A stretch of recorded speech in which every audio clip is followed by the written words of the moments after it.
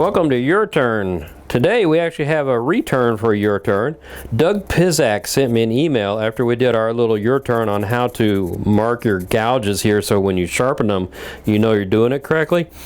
He worked for National Geographic and the Associated Press as a photographer and a colorist and all that stuff. He said when you use a dark colored Sharpie, it's in the same range as the color of the metal, which is almost black, and the steel, which is gray. There's a chance that you might miss something that you thought you sharpened but you didn't because it blends together and can fool the eye. What he says is to use an opposing color like red, which I think is awesome because it reminds me of blood, which happens in my shop all the time. But anyway, he said that then when you do your turning, or sharpening, it's a lot easier to see what you've gotten and what you've missed. So we'll just go to the edges here real quick. So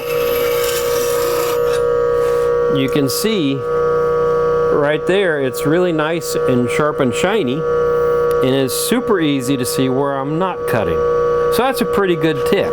Really appreciate it, Doug, and thank you for adding to Your Turn with a Return.